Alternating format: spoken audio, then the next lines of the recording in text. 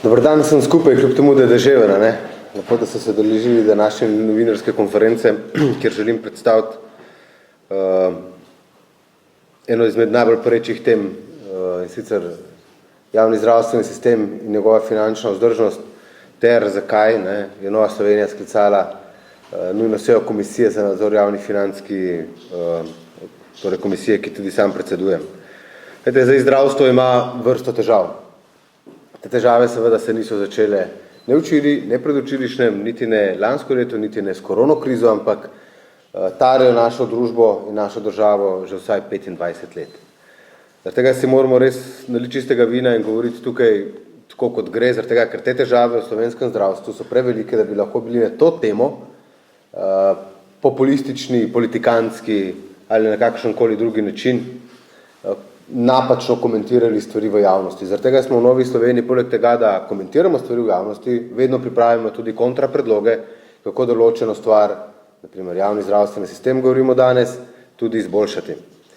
Ampak glejte, kljub temu, da je vlada si zadala eno izmed ključnih prioritet, ureditev javnega zdravstva, smo v Novi Sloveniji, moram reči, zelo razočarani. Razočarani smo, ker je ta diskrepanca ali pa razkorak med obljubami in temu, da na skalo postavljamo nekaj kot visoko prioriteto, pa na drugi strani med samimi dejanji, ta diskrepanca je pač zelo velika in zagotovo nas skrbi. Skrbi nas početje tudi vlade v tem primeru, drugih organizacij, ko upravljajo z javnim denarjem vizavi javnemu zdravstvenemu sistemu. Predsednik vlade je na začetku tega leta na enem izmed koalicijskem vrhu dejal takole, da reševali bomo problem tam, kjer je najbolj velik, torej ZZZS, kjer se zbere skoraj 4 milijardo evrov denarja, in majhne probleme, torej probleme dopolnilnega zdravstvenega zavarovanja, bomo privarčevali za konec. Mi smo te besede predsednika vlade razumeli kot zelo dobro namirne, da se je vlada resno lotila težav reševati tam, kjer je problem največji.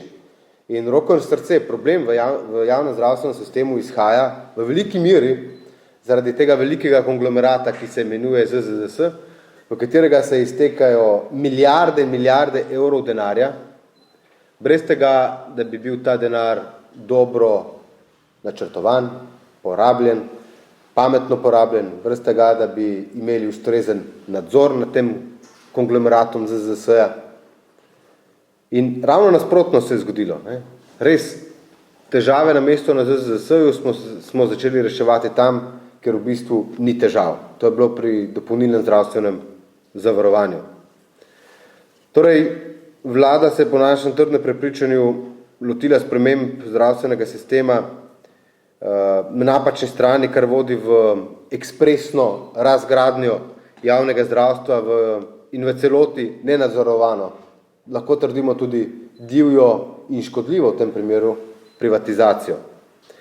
Ravno zaradi tega zahtevamo sklic nujne seje Komisije za nadzor javnih financ, da nam vlada predstavi vse finančne izračune za uvedbo obveznega zdravstvenega prispevka. Torej vemo, da dopolnilno zdravstveno zavarovanje se ne ukinjuje. Tisti, ki je do sedaj plačeval dopolnilno zdravstveno zavarovanje, bo sedaj ta znesek šel iz obveznega zdravstvenega zavarovanja, odteglaj od tvoje plače.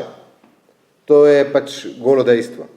In kot je dejal finančni minister, za ta primanjkljaj, kar v bistvu zdaj zavarovalnice so hotele dvigniti, bo pokril državni proračun.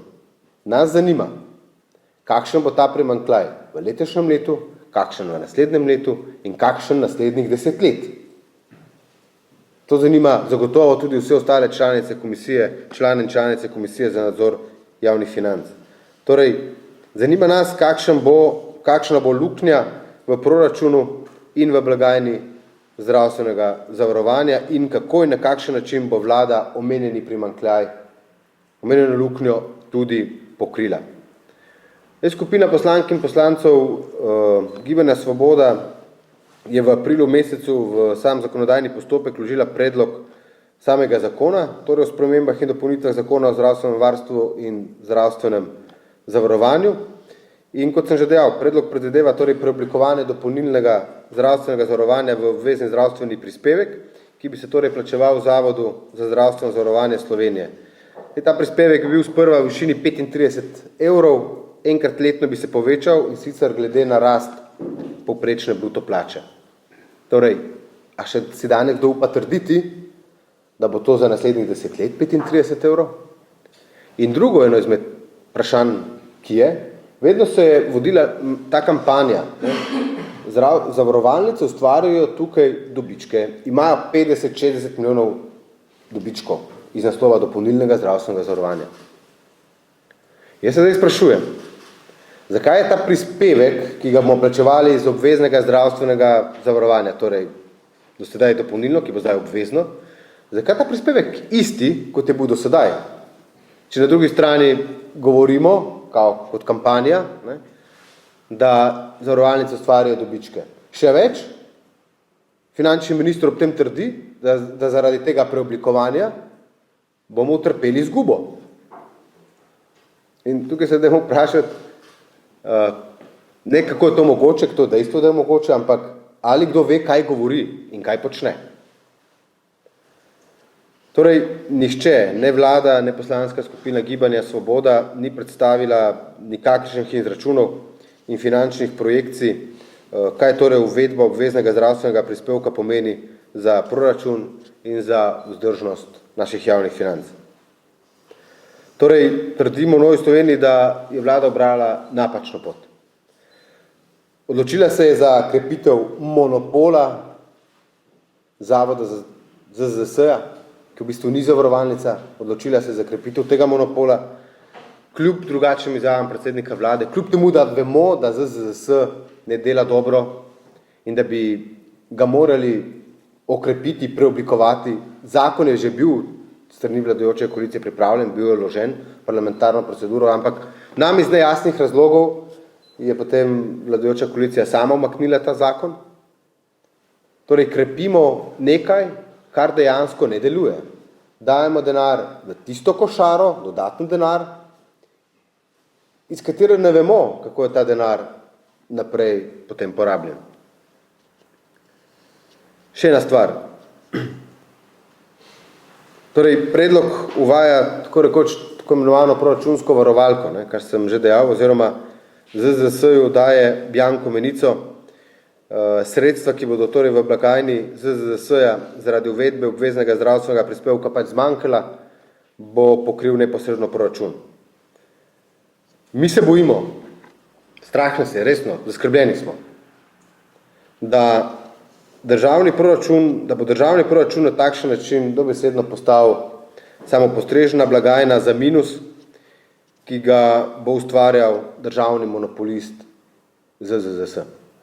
In sami mediji v zadnjem času poročate o korupciji v zdravstvu pri nabavah različne opreme.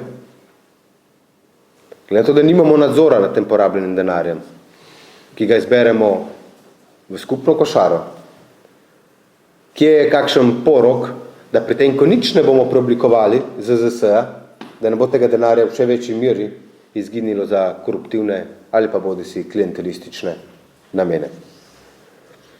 Za leto 2024 so potrebna proračunska sredstva za pokrivanje minusa v blagajni ZZS-ja iz naslova uvedbe obveznega zdravstvenega prispevka ocenjena med 50 in 70 milijonov evrov.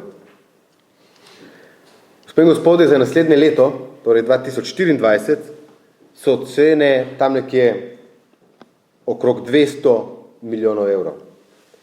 Zdaj v Novi Sloveniji na seji komisije za nadzor javnih financ še enkrat pričakujemo jasne odgovore odgovornih finančnega ministra, zdravstvenega ministra, lahko tudi predsednika vlade, glede na to, da celotna zdravstvena reforma poteka pod njegovim okriljem. Pričakujemo jasne odgovore, kakšen bo minus v državnem proračunu zaradi uvedbe obveznega zdravstvenega prispevka. Torej, komisijo za nadzor javnih financ bo zanimal, kot sem že dejal, tudi primanjkljaj proračuna v luči uvedbe samega fiskalnega pravila. Vi veste, da se na finančnih trgih dogajajo spremembe da nič več ni tako, kot je bilo oziroma v obdobju od korona krize naprej in da je uveda fiskalnega pravila pač tik pred vrati. In na drugi strani dajemo denar dodatno v javno zdravstvo, priča pa smo v bistvu slabšemu javnemu zdravstvenemu sistemu kot predtem. Ali pa vas vprašam, ali so se čakalne vrste bodi si znižale, zmanjšale ali pa povečale v zadnjem obdobju, ko je finančni minister in zdravstveni minister, ko so namenili več denarja za skrajševanje čakalnih vrst? Ne, podaljšale so se.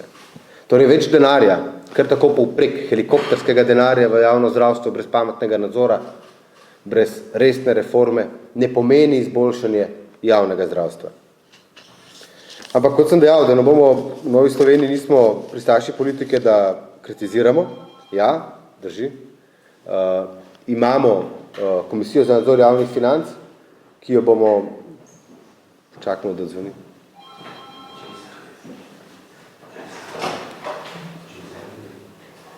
Torej, vsa ta vprašanja bomo v okviru Komisije za nadzor javnih financ, zaradi tega, ker nas skrbi za proračunske finance, ta vprašanja bomo naslovili in terjali odgovore, ampak hkrati prihajamo tudi z nasprotnimi predlogi. Glejte, ključen problem slovenskega zdravstva je zagotovo dostopnost. Nad dopustno dobo čaka že 141.000 pacientov.